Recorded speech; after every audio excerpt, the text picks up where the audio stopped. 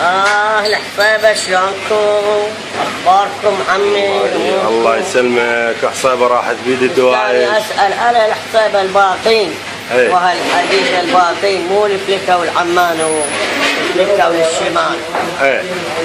انتوا نريد رسالة مرتبة لهم. يوميا مالها حفلات دق ورقص والسكر وانتوا الباطين واقعين بيه. ايه. يعني ما يصير هم ماخذين راحتهم وفاتحين تناحتهم. ايه. وانتوا الطق عيان على طياسكم. ايه. 24 ساعة. يعني شلون واحد يعني يحرر منطقة؟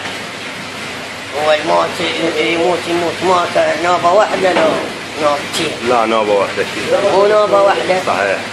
خلي يرجعون دول البربيل وحمام. ايه. خلي يرجعون وياكم. هذول كفوا كفتهم وخذوا الفلوس مالتهم. حصلوا فلوس. باكر عقبة تصفى يرجعوا لك. كل من منكس قاله يقول تاير مال برازيلي والله احنا حررناه. يقوم يشوفون بس فيه. يرجعون جبعوهم بحقيمة نسوان وبوتاد وبكت.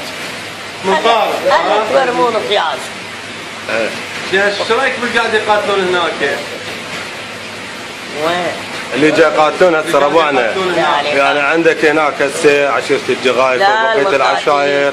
عندك كتاب الحمزة. على الراس والله كل.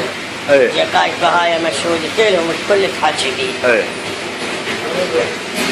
بقل صامدين والبنمر واكو باقي عشاير صمدوا. نعم. هذول الفليتو على الفليتو. على اهل البقل. وين راحوا؟ عمان والشمال. شو يسوون؟ 24 ساعة دق ورقص وملاك. حستك مستك وميطة بكستك. باقي فيه.